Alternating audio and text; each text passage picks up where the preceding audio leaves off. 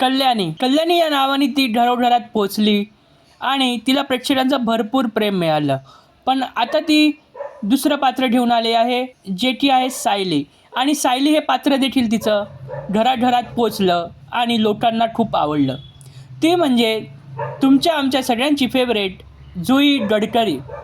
आज आपण जुई गडकरीचा जीवन प्रवास जाणून घेणार आहोत. चला तर मग सुरुवात करू आजच्या व्हिडिओला.